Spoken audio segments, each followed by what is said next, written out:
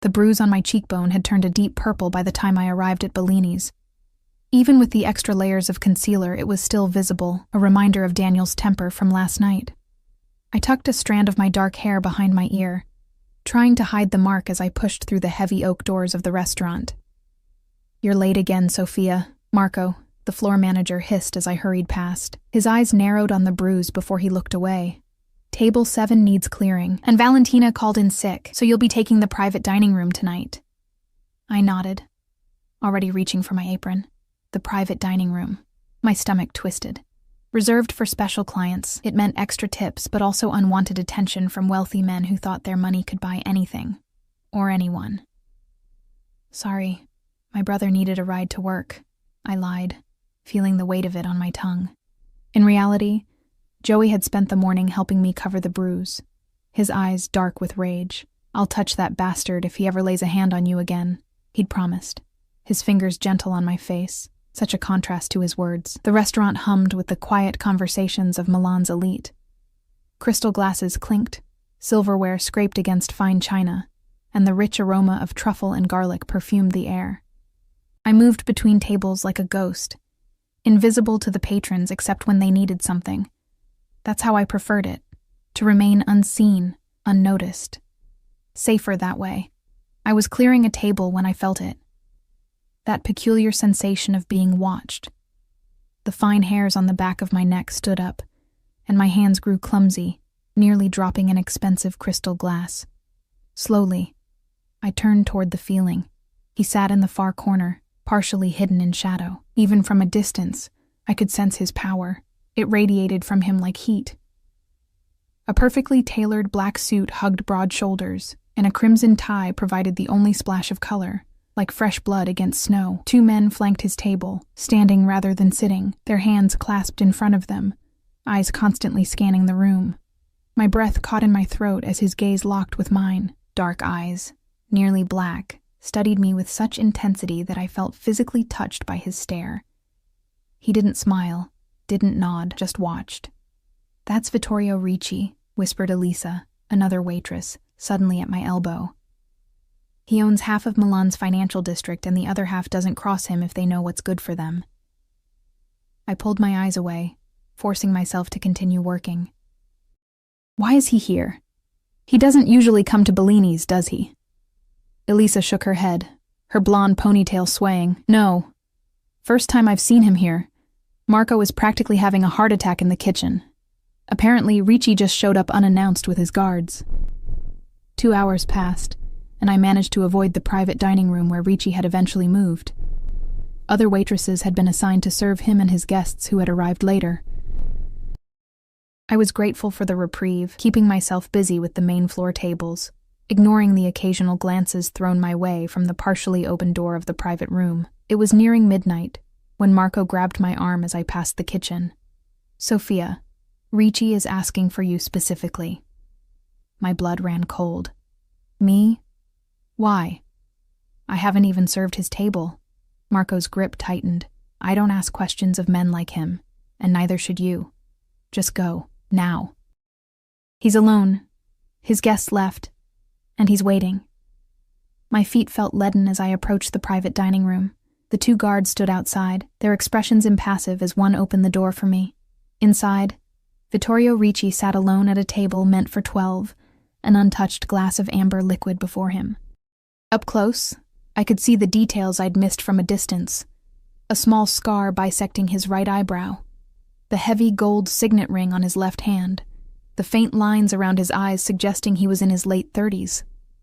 "Sir," I managed, my voice surprisingly steady despite the earthquake happening in my chest. "You asked for me?" He studied me for what felt like an eternity, his eyes eventually landing on my bruised cheekbone. I resisted the urge to touch it, to hide it.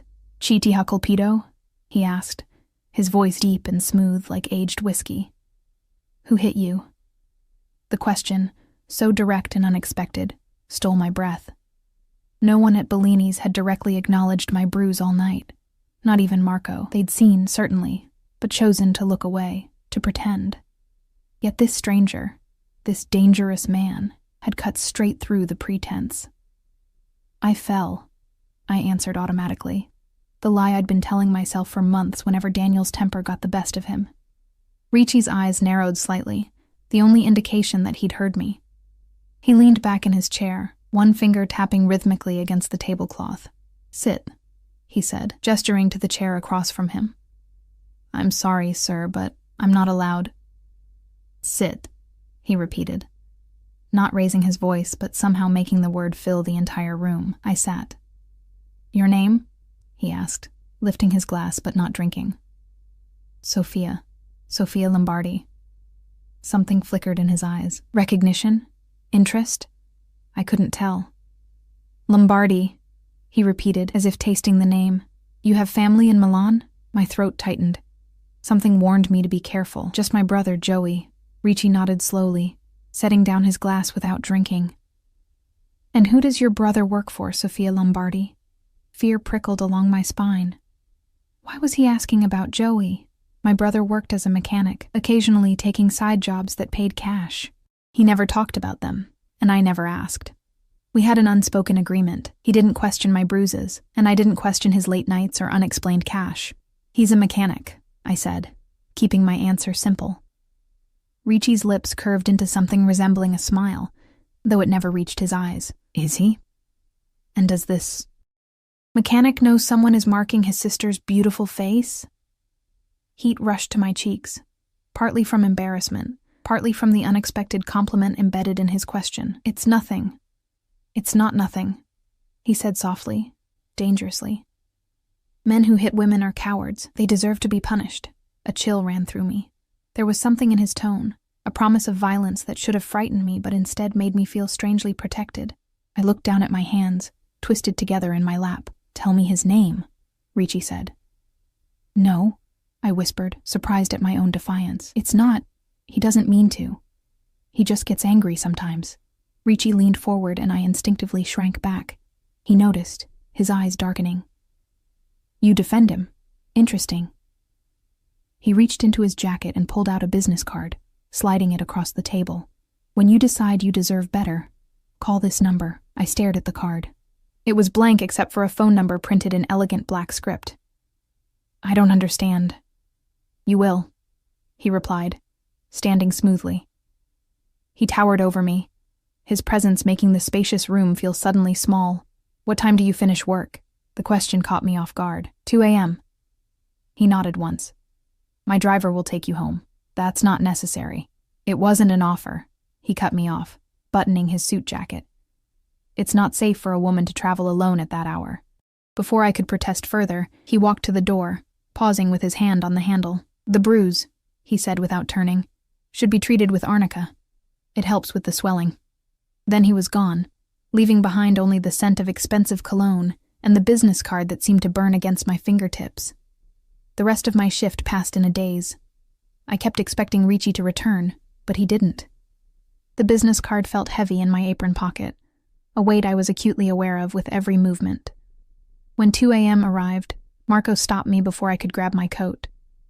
"There's a car waiting for you outside," he said, his expression unreadable. "Black Mercedes." "I can take the bus," I insisted. Marco shook his head. "Not tonight, you can't. Go, Sophia. Don't keep him waiting." Outside, the night air was crisp with approaching autumn. True to Marco's word, a sleek black Mercedes idled at the curb, its engine a quiet purr in the night. A driver in a black suit stood beside the rear door, opening it as I approached. I hesitated, clutching my worn handbag to my chest. "Miss Lombardi," the driver said, his voice respectful. "Mr. Ricci insists on your safety." Ricci wasn't in the car, I realized with a mixture of relief and disappointment as I slid into the luxurious leather back seat. The interior smelled of leather and the same cologne Ricci had worn. The driver closed the door and returned to his position behind the wheel. "Your address?" he asked, meeting my eyes in the rearview mirror. I gave him my apartment building's location, in a neighborhood that was worlds away from the elegance of Bellini's clientele. The car pulled smoothly into the late-night traffic of Milan. My phone vibrated in my bag. "Joey," I answered immediately. "Where are you?" His voice was tight with worry. "You should have been home by now." "I'm on my way," I assured him. "Got a ride." "A ride?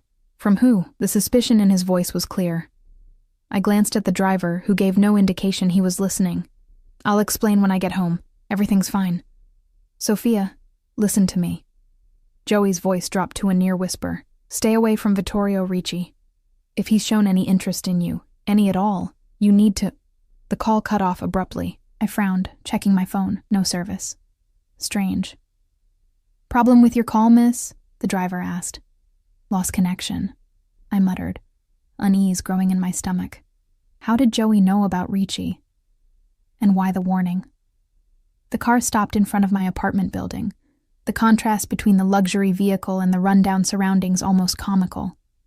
The driver opened my door. "Mr. Ricci would like to know if you'll be working tomorrow night," he said as I stepped out. My heart skipped a beat. "Yes." The driver nodded. "Good night, Miss Lombardi." I watched the Mercedes disappear into the night before turning toward my building. The stairwell light was out again, forcing me to use my phone's flashlight to navigate the 4 flights to my apartment. Joey should be home, probably pacing and waiting for an explanation about the ride and the cutoff call. But when I opened our apartment door, I was met with silence and darkness. "Joey," I called, flipping on the lights. His boots weren't by the door. His jacket wasn't on the hook. I moved through our small apartment, checking each room, a growing sense of dread filling me. His bedroom door was ajar, unusual for my privacy-conscious brother. I pushed it open. The room was in disarray, drawers pulled out, clothes scattered on the floor. Joey's phone lay on the bed, which explained why I couldn't call him back. But my brother was nowhere to be found. On his pillow was a single business card, identical to the one Ricci had given me hours earlier. My hands trembled as I pulled out my own card, comparing them. The same elegant black script, the same phone number. I sank onto Joey's bed, fear closing my throat as the realization dawned. By morning, my brother had vanished, and the only person who might know why was the dangerous man who'd asked me, "Who hit you?" Sleep evaded me that night. I paced our small apartment until dawn broke, alternating between calling Joey's friends and staring at the business card Ricci had given me. None of Joey's friends had seen him, or so they claimed. Their voices had a strange edge to them, a hesitance that felt like fear. By 7 a.m, my eyes burned from exhaustion and unshed tears. The bruise on my face had darkened further, a cruel reminder of why I'd caught Ricci's attention in the first place. Daniel had texted twice, his messages shifting from angry accusations to honeyed apologies. I ignored them all. The business card seemed to mock me from the kitchen table where I'd placed it. That small rectangle of expensive paper held answers. I was sure of it. But calling the number felt like stepping off a cliff with no knowledge of what waited below.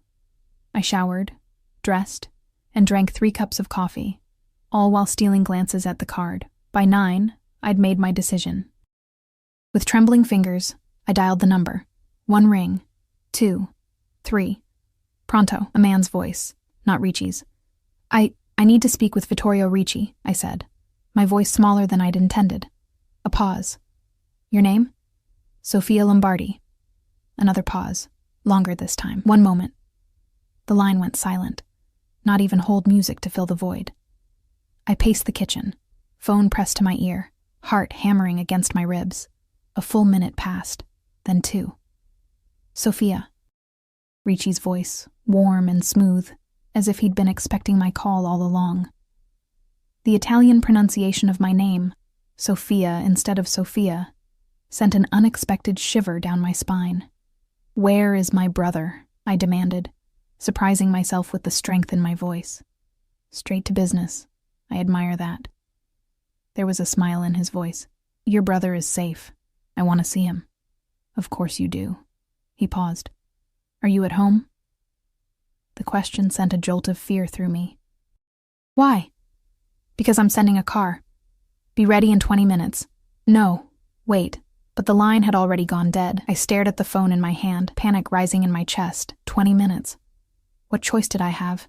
Joey was all the family I had left. If Ricci had him... I changed quickly into my best jeans and a simple blue blouse, applied minimal makeup, and tried to do something with my hair. The bruise stood out starkly against my pale skin, impossible to fully conceal. Exactly 19 minutes after Ricci's call, my phone buzzed with a text from an unknown number. Downstairs. The same black Mercedes from last night waited at the curb, the same driver holding open the rear door. This time, however, I wasn't alone in the back seat. Vittorio Ricci sat there, impeccable in another tailored suit, this one a deep navy. His eyes met mine as I hesitated at the car door. "Your brother is waiting," he said simply.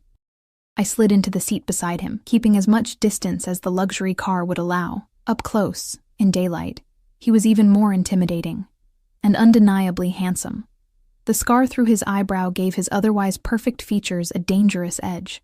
His cologne filled the enclosed space, expensive and subtle. "Where are we going?" I asked as the car pulled away from the curb. "My home," he replied, watching me with that same intensity from the restaurant. "Your brother is there." "Why? Why take him? Why any of this?" The questions tumbled out before I could stop them. Ricci studied me for a long moment. "Your brother works for Salvatore Bianchi." "Do you know who that is?" I shook my head, though the name sounded vaguely familiar. "Bianchi controls the drug trade in 3 districts of Milan. He's also my enemy." Ricci's voice remained conversational, as if discussing the weather rather than criminal empires. "Your brother has been collecting information for Bianchi. About my businesses, my movements." My mouth went dry. "Joey is a mechanic." Ricci's lips curved slightly. "He repairs cars, yes, including those belonging to my associates. Very convenient for planting listening devices, wouldn't you agree?" The world seemed to tilt beneath me. Joey, involved with the Mafia, it couldn't be true. And yet, the unexplained cash, the late nights, the vague explanations of side jobs, "He wouldn't," I whispered, but doubt had already taken root. "He did," Ricci countered, not unkindly. For over 6 months, the car turned onto a private road lined with tall cypress trees, eventually stopping before a massive iron gate guarded by armed men. After a brief inspection, we were waved through to a sprawling estate. The villa at its center was a masterpiece of modern architecture blended with classical Italian design, glass and stone and soaring ceilings. Ricci escorted me inside, his hand barely touching the small of my back, yet somehow burning through the fabric of my blouse. The interior was minimalist but luxurious. Armed men, stationed discreetly throughout, made no attempt to hide their presence. "Where is Joey?" I asked again, as he led me through a vast living area. "Soon," he promised, guiding me to a sunlit terrace overlooking immaculate gardens. A table had been set for breakfast. Fresh fruit, pastries, coffee. "Sit. Eat something." "You look exhausted." "I'm not hungry." It was a lie. I hadn't eaten since yesterday's lunch shift at the restaurant. Ricci pulled out a chair. "Sit anyway." I sat, if only because my legs felt ready to give out. He took the seat across from me, signaling to a waiting staff member who immediately poured coffee for us both. "Why am I here?" I asked, wrapping my hands around the warm cup. If this is about Joey's work, I knew nothing about it. "I believe you," he said, surprising me. "You're here because your brother asked for you." Hope flared in my chest. "He's okay? Not hurt?" Something flickered in Ricci's dark eyes. Regret, perhaps. "He has been questioned, firmly, but he will recover." Fear turned my blood cold. "What does that mean? What did you do to him?" "What was necessary." Ricci sipped his coffee, his gaze never leaving my face. "Your brother made choices, Sophia, dangerous ones. In my world, those choices have consequences." Tears burned behind my eyes. "Please. He's all I have." "Not anymore," Ricci said quietly. Before I could process what he meant, a side door opened. 2 of Ricci's men entered, supporting Joey between them. My brother's face was bruised, one eye swollen shut, his lips split. He limped heavily as they guided him to a chair at the table. "Joey!" I rushed to him, hands hovering uncertainly over his injuries. "Oh God, what did they do to you?" Joey winced as he settled into the chair. "I'm okay, Soph. It looks worse than it feels." I rounded on Ricci, fury displacing fear. How dare you? You had no right. I had every right. Ricci cut me off, his voice suddenly hard. Your brother betrayed my trust, endangered my people. The traditional punishment would have been much more permanent. Joey grabbed my hand. Sophia, stop. He's right. I knew what I was doing, knew the risks. Salvatore promised good money, protection. His eyes, one bloodshot and damaged, found mine. I did get us out of that neighborhood, away from Daniel.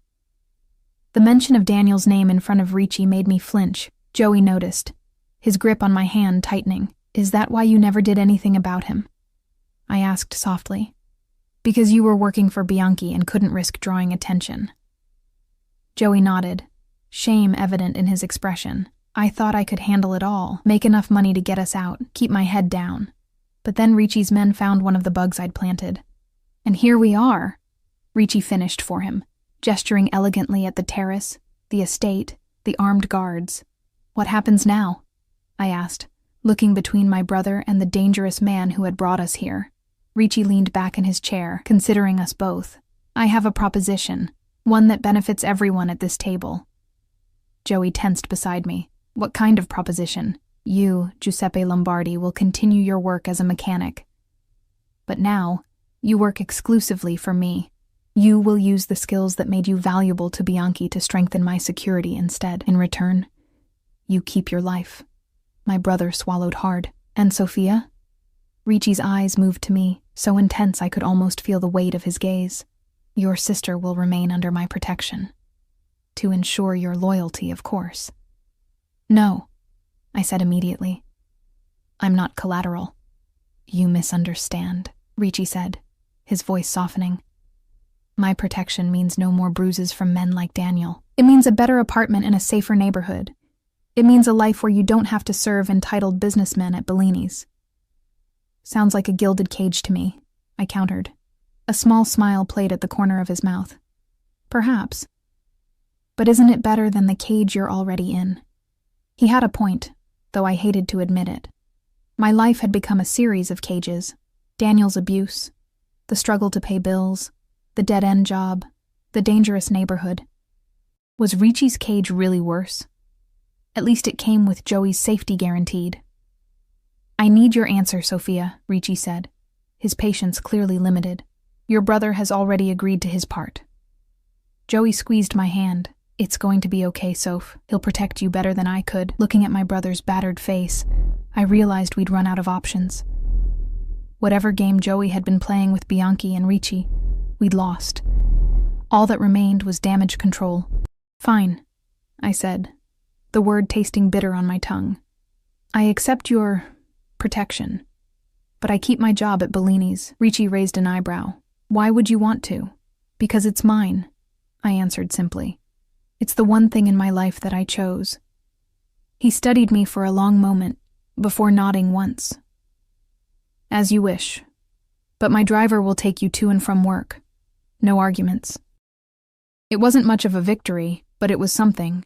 A small piece of independence preserved in what was rapidly becoming a life controlled by Vittorio Ricci. There's one more condition, Ricci added, his eyes darkening as they lingered on my bruised cheekbone. Tell me Daniel's full name. A chill ran through me. Why? Tell me, he repeated, his tone making it clear this was non-negotiable. I glanced at Joey, who nodded almost imperceptibly. Daniel Russo. He works at the shipping company on Via Dante. Ricci smiled, a predator's smile that never reached his eyes. Thank you, Sophia. He stood, buttoning his jacket with one fluid motion. Now, I believe we all need to rest. It's been a long night for everyone. As if on cue, the two men who had brought Joey returned to the terrace. Show Miss Lombardi to the East guest suite, Ricci instructed them, and take her brother to the doctor for a final check before allowing him to rest. Wait, I protested. I'm staying here? For how long? Until your new apartment is ready, Ricci replied smoothly. 3 days, perhaps 4. Consider it a vacation. As the men led Joey away, Ricci caught my arm gently, leaning close enough that I could feel his breath against my ear. Daniel Russo won't hurt you again, he whispered. I promise you that, Sophia Lombardi.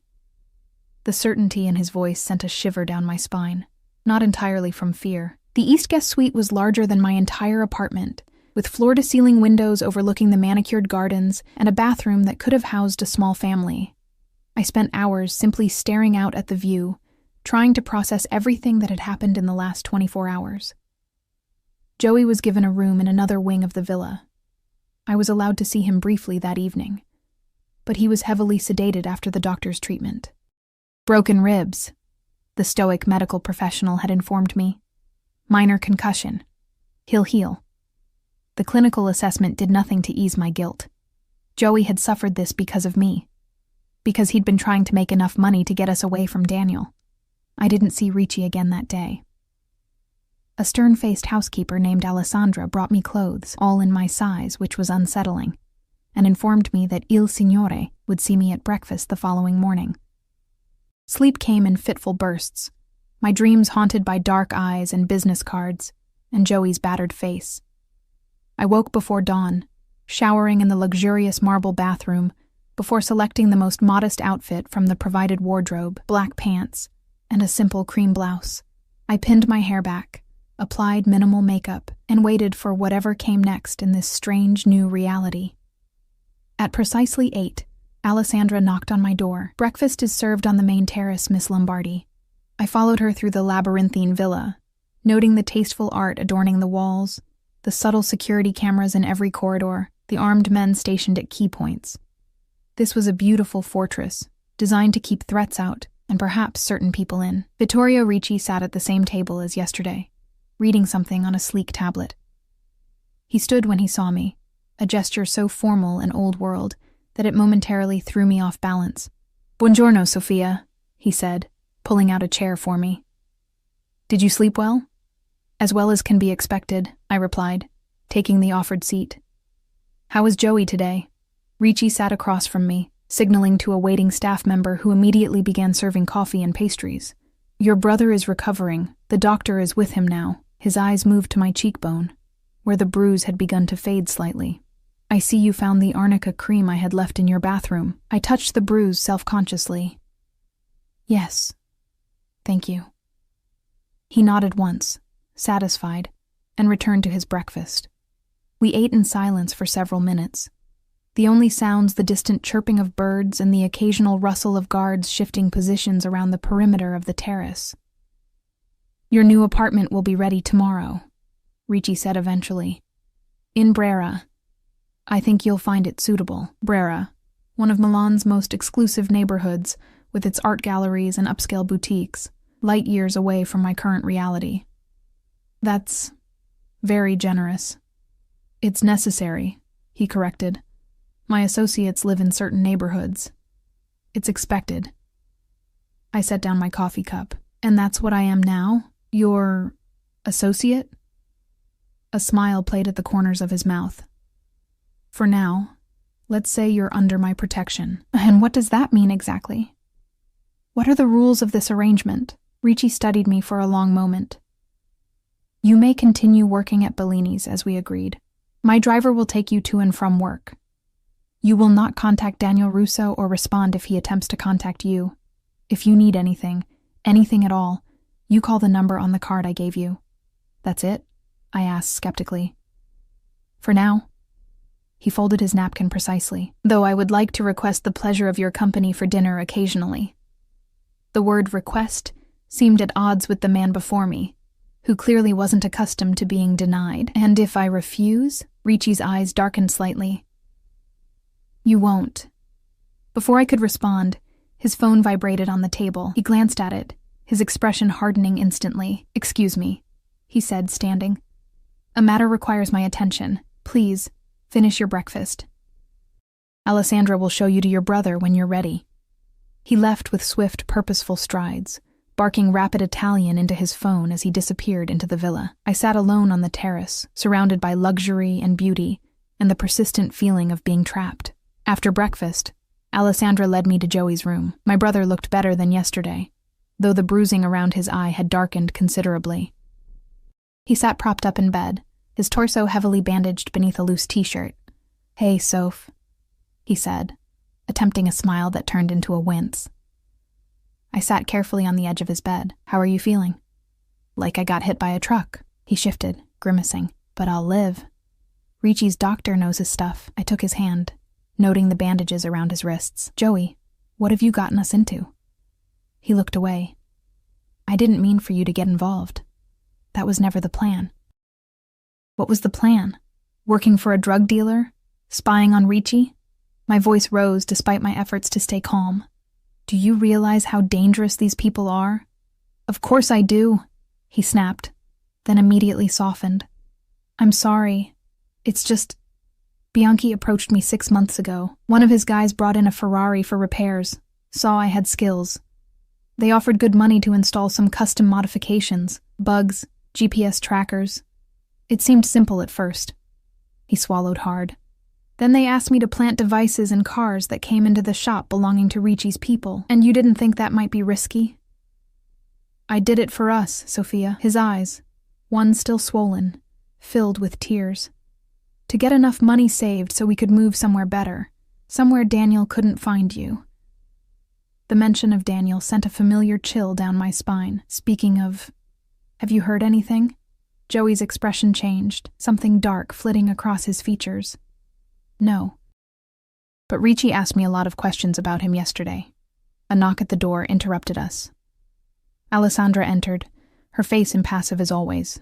Miss Lombardi, Il Signore requests your presence in his study. Joey squeezed my hand.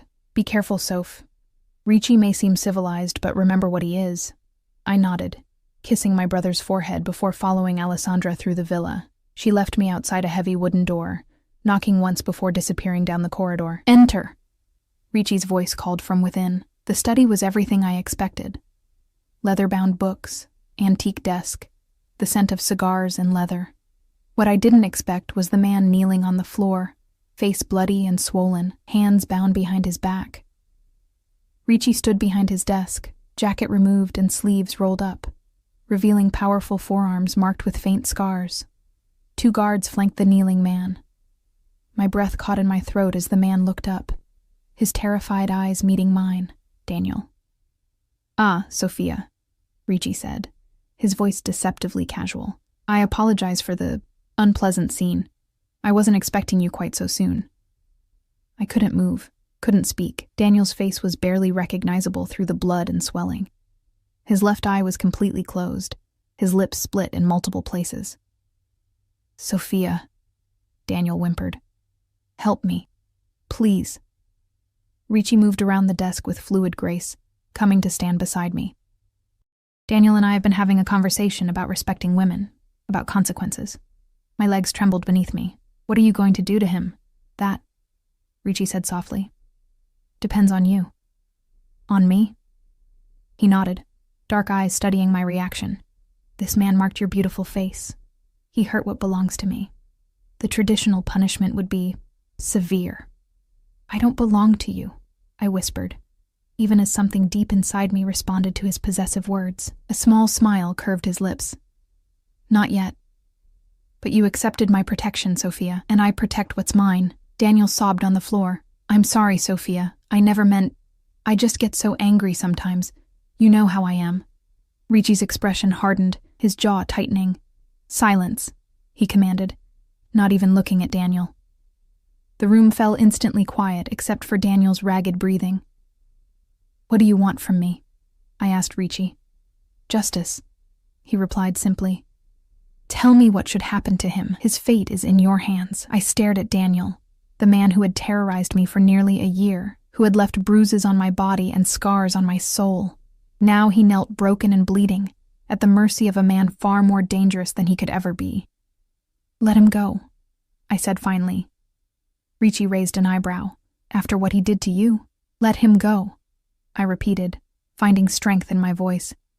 But make it clear that if he ever comes near me again, if he ever tries to contact me, I paused, surprised by my own next words. If he ever touches another woman, you'll finish this conversation.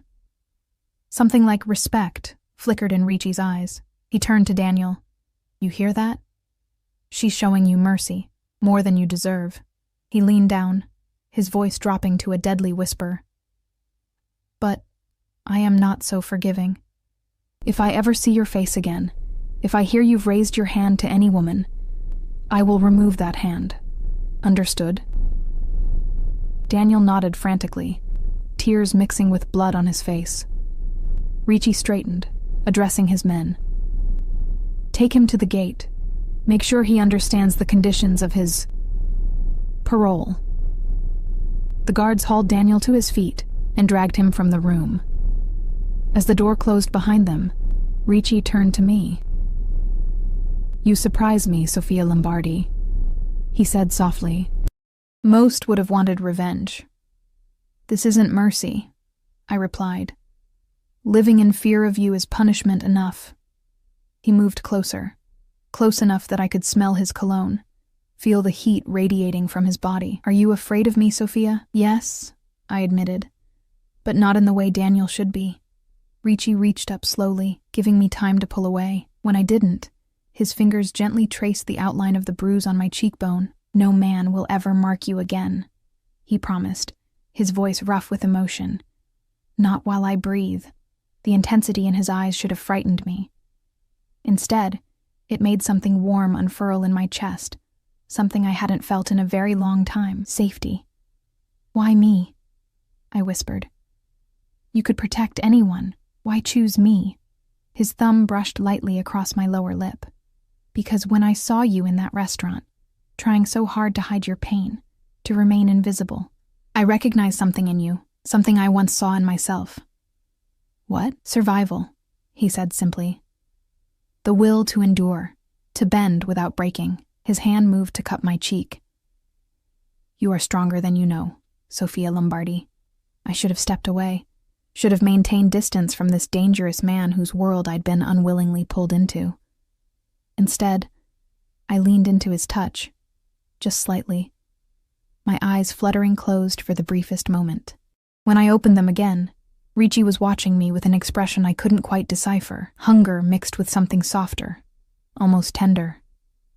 "Go to your brother," he said, dropping his hand. "I have business to attend to, but tonight, you will join me for dinner. 8 o'clock. It wasn't a request, but somehow I didn't mind. The dress was a deep burgundy, the color of rich wine, or blood. It hung in the closet of my suite, alongside other garments I hadn't selected, all in my exact size. This one had been specifically laid out for dinner, with a handwritten note from Alessandra. "Il Signore suggests this one." I slipped it on, the silk caressing my skin like water. It fit perfectly, hugging my curves before falling gracefully to just above my knees. The neckline was modest, but flattering, the back dipping just low enough to be elegant without being risque. With my dark hair swept up and minimal jewelry, simple diamond studs that had also mysteriously appeared on my vanity, I hardly recognized the woman in the mirror. The bruise on my face had faded considerably, thanks to the arnica cream and time. With careful makeup application, it was now barely visible, a ghost of what Daniel had done, disappearing a little more each day. At precisely 5 minutes to 8, Alessandra knocked on my door. "Il Signore awaits you in the dining room." I followed her through the villa's corridors, my heartbeat quickening with each step. Something had shifted between Ricci and me in his study that afternoon. A boundary crossed, an understanding reached. I wasn't sure what awaited me at dinner, but I knew it would be a turning point. The dining room was intimate despite its grandeur, with a table set for two and candles casting a warm glow over the space. Ricci stood as I entered, his eyes moving appreciatively over me. "Sei bellissima," he said softly. "You are beautiful." "Grazie," I replied, one of the few Italian words I knew with confidence. He held out my chair, waiting until I was seated before taking his own place. A server immediately appeared, pouring wine and presenting the first course. A delicate seafood appetizer. "I checked on your brother earlier," Ricci said, lifting his glass. "The doctor is pleased with his progress. He should be able to move around more tomorrow." Relief washed over me. "Thank you. For taking care of him, I mean. Despite..." I trailed off, not wanting to reference the reason for Joey's injuries. "Your brother made a mistake," Ricci acknowledged. "But he has paid for it, and now he works for me. The past is settled." We ate in comfortable silence for a few moments before I gathered the courage to ask the question that had been bothering me all day. What happened to Daniel after he left here? Ricci's expression remained neutral. He was escorted to the city limits and encouraged to remember our conversation. And Salvatore Bianchi? Won't he be looking for Joey? A cold smile played at the corners of Ricci's mouth. Bianchi has been informed that Giuseppe Lombardi is now under my protection. He won't interfere. Just like that? Just like that, Ricci confirmed. There are rules to our world, Sophia. Lines that aren't crossed. Taking my mechanic would cross one of those lines. I twirled the wine glass between my fingers. And what about me? What line do I represent? His eyes darkened, pinning me in place. You are a different matter entirely. The second course arrived, risotto with wild mushrooms, giving me a moment to collect myself under his intense gaze. Tell me about yourself, Ricci said as we continued eating. Before Bellini's, before Daniel. The request caught me off guard. No one had asked about my past in a long time. There's not much to tell. My parents died when I was 19. Car accident. Joey was 16. I dropped out of university to take care of him. Worked whatever jobs I could find. We moved to Milan 3 years ago when Joey got the mechanic position. And what were you studying before you had to leave? Art history, I admitted, somewhat embarrassed by how impractical it seemed. I wanted to work in a museum or gallery. Something like surprise flickered across Ricci's face. You never pursued it again? I shook my head. There was never time, or money. Life became about survival. Survival, he echoed, the word heavy with meaning between us. You've done more than survive, Sophia. You've protected your brother, worked honestly, maintained your dignity in difficult circumstances. He leaned forward slightly. Do you know how rare that is? That strength?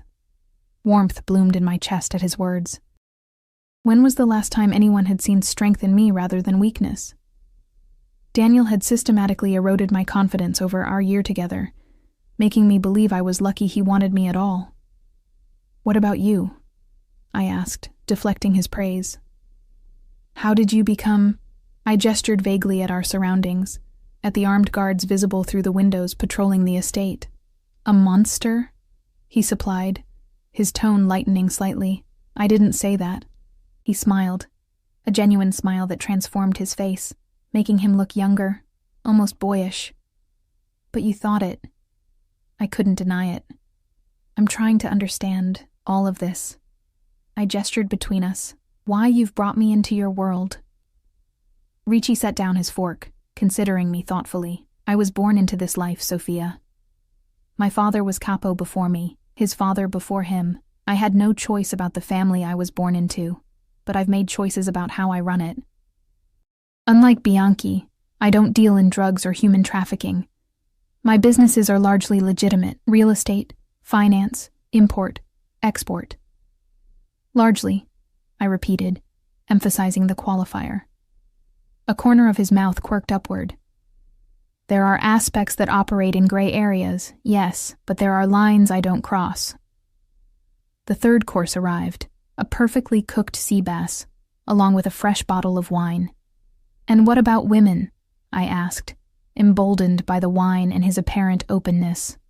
Where do they fit in your world? His expression grew serious. My mother was the heart of our family until cancer took her 5 years ago.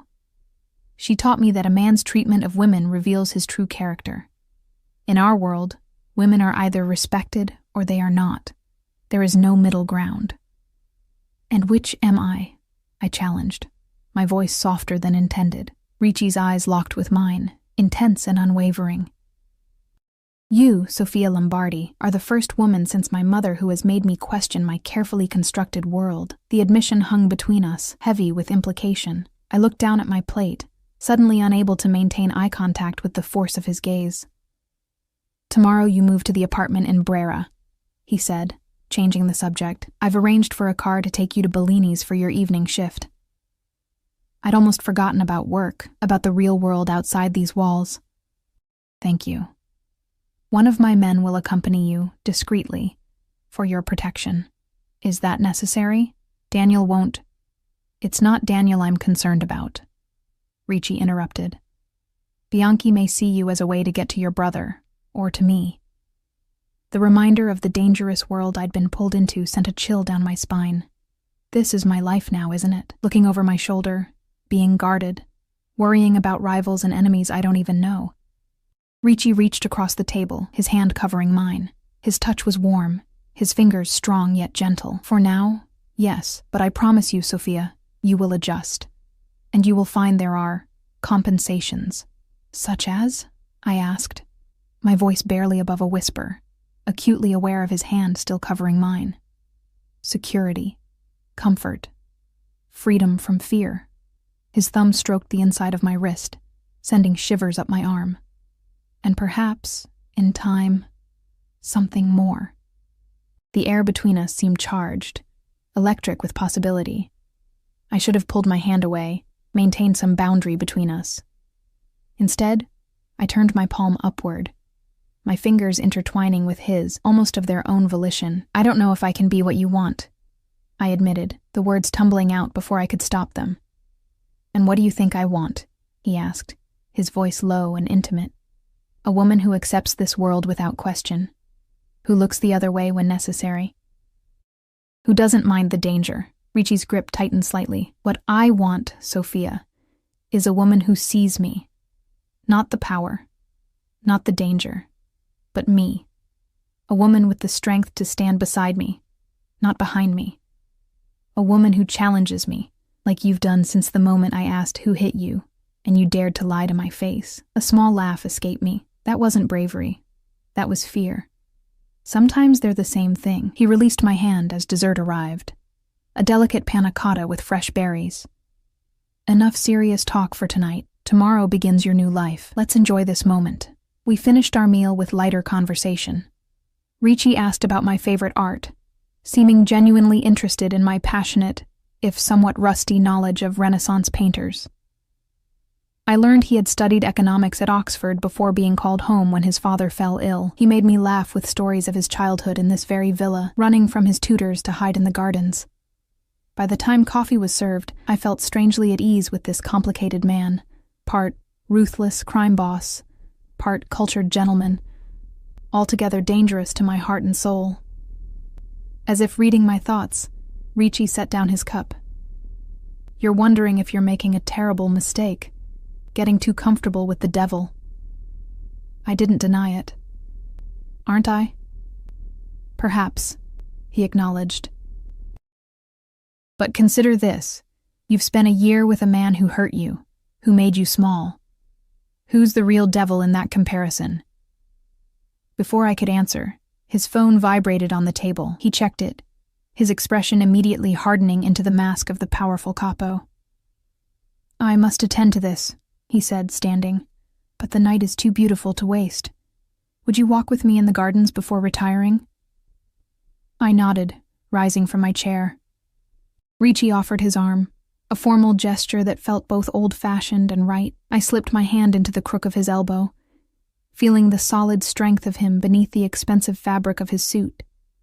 The gardens were illuminated by subtle lighting along the pathways, the October air crisp but not uncomfortable. We walked in silence, my mind racing with everything that had happened, everything that had been said. Your thoughts are very loud, Ricci commented, as we paused beside a fountain. I'm trying to reconcile the man who had Daniel beaten with the man who knows about Renaissance art and treats his mother's memory with such reverence. Ricci turned to face me, his expression serious in the moonlight. They are the same man, Sophia. I won't pretend to be something I'm not. I've done things that would horrify you. I'll likely do them again, but never without reason, never without honor. Is there honor in your world? I asked softly. In my world, it's all that separates us from true monsters. He reached up, his fingers brushing a strand of hair from my face with unexpected tenderness. I won't lie to you, Sophia, ever. That's my promise. As his hand lingered on my cheek, I found myself leaning closer, drawn to him despite everything I knew, everything I feared. His eyes dropped to my lips, his intention clear. The moment hung between us, fragile and charged. I knew if I let him kiss me, there would be no going back. I would be choosing this world, this life, this dangerous man. As if sensing my hesitation, Ricci stepped back slightly. "It's late. You should rest. Tomorrow will bring many changes." Disappointment and relief warred within me, as he offered his arm again to escort me back to my suite. At my door, he lifted my hand to his lips, placing a gentle kiss on my knuckles. "Buonanotte, Sophia," he murmured against my skin. "Dream of possibilities." As I closed the door behind me, I leaned against it, heart racing. I was falling for Vittorio Ricci, a man who commanded fear and respect in equal measure, who had beaten my brother and saved me from Daniel, who offered protection with one hand and danger with the other. And the most frightening part? I wasn't sure I wanted to stop falling. My new apartment in Brera was a dream, spacious and elegant with high ceilings, gleaming hardwood floors, and windows that flooded the space with natural light. The furniture was minimalist but luxurious, the kitchen outfitted with appliances I didn't know how to use, the bathroom a marble sanctuary.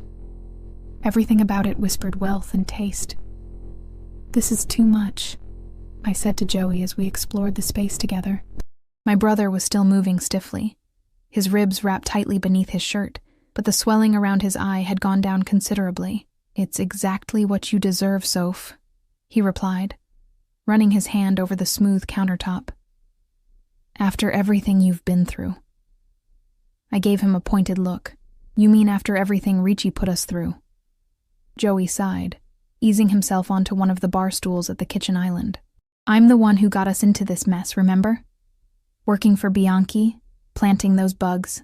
Ricci could have killed me, should have by their rules. Instead, he gave me a job, an apartment down the hall from you, and his protection. Because he wants something from me," I said quietly. A knowing look crossed Joey's face. "You like him?" "That's not—" "It's okay if you do," he interrupted. "I've seen how he looks at you, like you're the most fascinating thing he's ever encountered." Heat rose to my cheeks.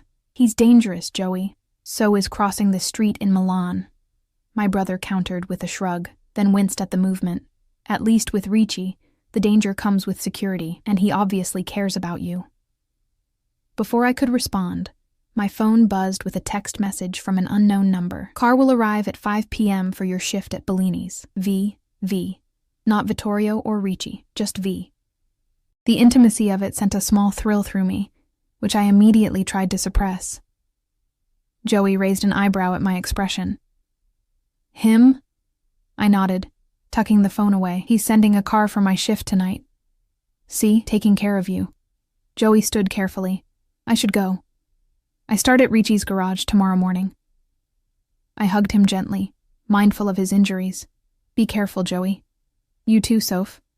He gave me a meaningful look. "With your heart, I mean." After he left, I wandered through my new home, still trying to process everything. My few belongings from the old apartment had been moved here, looking strangely out of place among the luxury. My worn paperbacks lined one shelf of the otherwise empty bookcase, my faded throw blanket draped over the pristine sofa. At precisely 5, the doorbell rang. A serious-faced man in a black suit stood in the hallway. "Miss Lombardi, I'm Paolo. I'll be accompanying you to Bellini's tonight." The black Mercedes was waiting downstairs. As we drove through Milan's evening traffic, I found myself searching the back seat, half expecting Ricci to be there as he had been yesterday morning. But I was alone, save for Paolo in the front seat and the driver.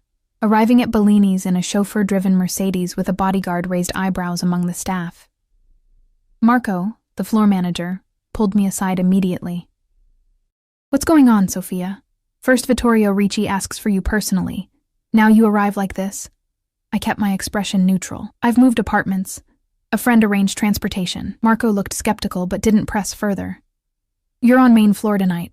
Tables 12 through 16. The shift passed in a blur of familiar motions. Taking orders, serving dishes, clearing tables. Several times I felt Paolo's watchful eyes from his position at the bar, where he nursed a single glass of water all evening. He wasn't obvious about his surveillance, but I was acutely aware of his presence. Just before midnight, Marco appeared at my elbow as I was inputting an order. "Ricci is here," he whispered urgently. "Table 20. He's asking for you." My heart skipped a beat as I turned toward table 20. Sure enough, Vittorio Ricci sat there, impeccable in a charcoal suit.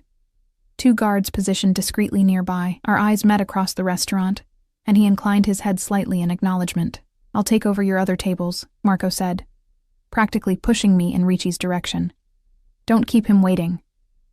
I approached Ricci's table, conscious of curious stares from both staff and patrons. He stood as I neared, a gesture of respect that wasn't lost on anyone watching. "Sophia," he greeted me, his voice warm. "I hope I'm not interrupting your work." "Not at all," I replied, hyper-aware of our audience. "Can I get you something, Mr. Ricci?" A ghost of a smile played on his lips at my formality. "Just a moment of your time. When is your break?" "In about 20 minutes. He nodded. "I'll wait." For the next 20 minutes I worked on autopilot, my mind racing. Why was he here? What did he want to discuss that couldn't wait until after my shift? When my break finally came, Marco practically shoved me toward the staff exit. "He's waiting in the alley. Private conversation," he said. Sure enough, Ricci stood in the alley behind Bellini's, his driver keeping the Mercedes running a few feet away. No guards were visible, though I suspected they weren't far. "I apologize for the dramatic setting," Ricci said as I approached. "But I needed to speak with you privately." "Is something wrong?" "Joey, your brother is fine," he assured me quickly. "This is about another matter, a potentially dangerous one." Alarm coursed through me. "What is it?" "Salvatore Bianchi has been asking questions about you," Ricci said, his expression grave. "My sources tell me he's discovered our connection." "What does that mean?" Ricci stepped closer, his voice dropping. "It means he may see you as a way to strike at me. I've doubled security at your apartment building, but I'm concerned about you working here. It's too exposed, too public." I crossed my arms, suddenly cold despite the mild night. "Are you asking me to quit?" "I'm asking you to consider it," he corrected. "For your safety. This job is all I have that's still mine," I said softly. "The one thing in my life that hasn't been completely upended." Ricci's expression softened. "I understand that, but your safety must come first. I can't hide forever. I can't live in a cage, even a beautiful one." He reached out, his fingers brushing my arm lightly. "What if I offered an alternative? A position at the Ricci Foundation's art collection, managing acquisitions, organizing exhibitions, using that art history education you never got to finish." I stared at him, stunned. "You're offering me a job, working with art? It would be safer than here, and perhaps more fulfilling." His eyes searched mine. "Say yes, Sophia." The offer was tempting, so tempting it made my heart ache. To work with art again, to use the knowledge I'd abandoned when my parents died. "I need to think about it," I said finally. He nodded, not pushing further. "Of course. Take all the time you need." He checked his watch. "Your break is nearly over. I won't keep you." As I turned to go back inside, he caught my hand. "Sophia." I looked back at him, caught by the intensity in his dark eyes. "Have dinner with me tomorrow night," he said. "At your apartment. I'll cook." The image of Vittorio Ricci, dangerous Mafia boss, cooking in my kitchen was so unexpected I almost laughed. "You cook?" A genuine smile transformed his face. "My mother insisted all her children learn. She said it was the best way to ensure we'd never go hungry if the family fortune disappeared overnight." "Wise woman," I murmured. "Is that a yes?" I hesitated only a moment before nodding. "Yes." His smile widened, making him look younger, almost carefree. 8 o'clock. I'll bring everything we need." The rest of my shift passed in a daze, my mind alternating between concern over Bianchi's interest in me and anticipation of tomorrow's dinner. When Paolo escorted me back to the car at 2 a.m., I noticed he was even more vigilant than earlier, his eyes constantly scanning our surroundings. "Is something wrong?" I asked as we drove through Milan's nearly empty streets. "Just a precaution, Miss Lombardi," he replied, but the tension in his shoulders told me otherwise. We arrived at my new apartment building without incident. Paolo insisted on escorting me all the way to my door, checking the apartment before leaving me with strict instructions to lock up and call immediately if I noticed anything unusual. Sleep eluded me that night, my dreams haunted by shadowy figures, and the constant feeling of being watched. I woke early, exhausted, but too restless to go back to sleep. After showering and dressing in casual jeans and a sweater, I decided to explore my new neighborhood. I texted Paolo first, as instructed.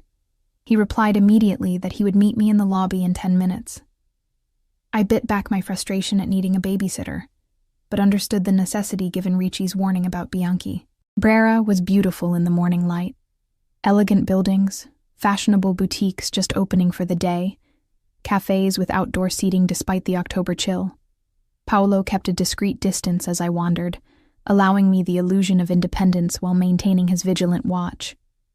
I stopped at a small cafe for coffee, choosing a table with a view of the street. Paolo positioned himself nearby, his attention focused outward rather than on me.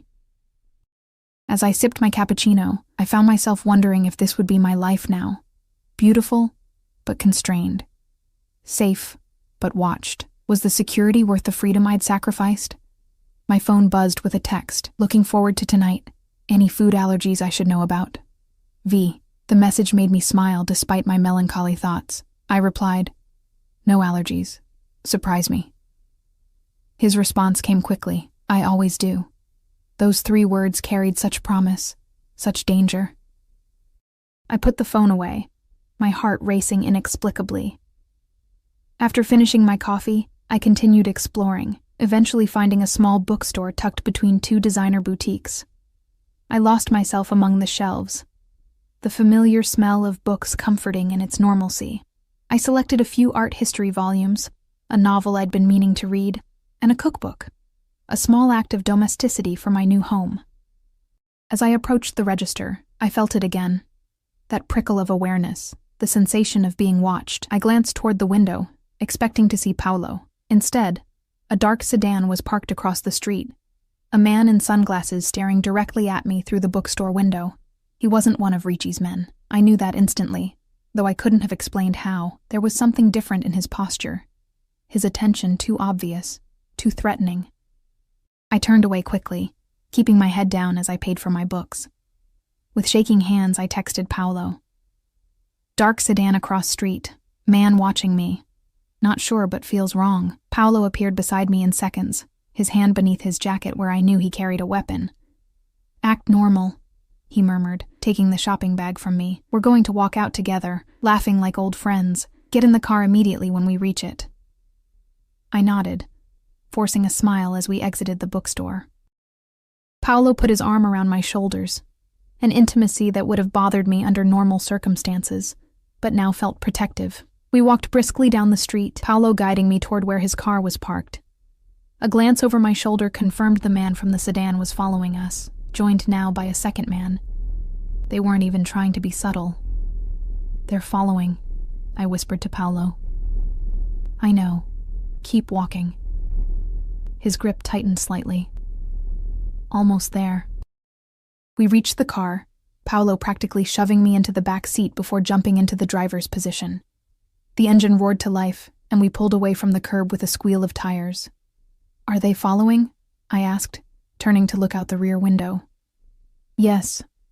Calling for backup now, Paolo replied, pressing a button on the dashboard. He spoke rapid Italian into what must have been a built-in communication system, his voice tense but controlled.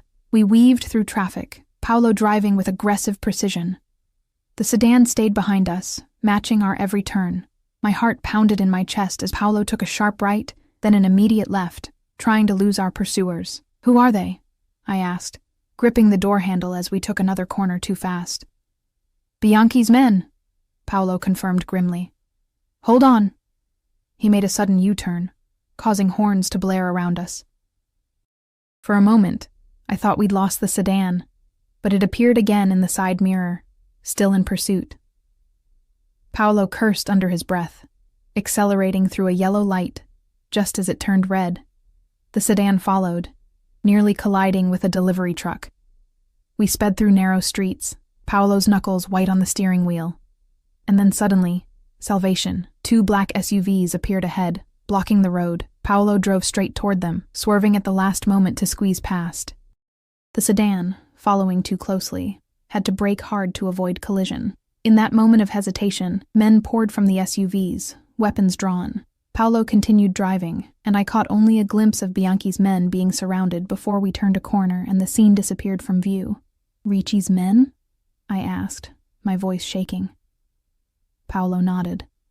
They'll handle it. We're going straight to Il Signore now. 20 minutes later, we arrived at Ricci's villa. Paolo escorted me inside, where Ricci waited in the entrance hall, his expression thunderous. Are you hurt? He demanded, crossing to me in 3 long strides. No, I'm fine, I assured him, though my hands still trembled. Just shaken. Ricci turned to Paolo, who gave a brief report in Italian, too rapid for me to follow. With each word, Ricci's expression darkened further. When Paolo finished, Ricci dismissed him with a nod. This changes everything, Ricci said once we were alone. Bianchi has crossed a line targeting you directly. What happens now? I asked, hugging myself against a sudden chill. Ricci's eyes were cold, his jaw set in a hard line. Now I end this, once and for all. As he pulled me into his arms, holding me tightly against him, I knew with absolute certainty that by tomorrow, Salvatore Bianchi would no longer be a threat.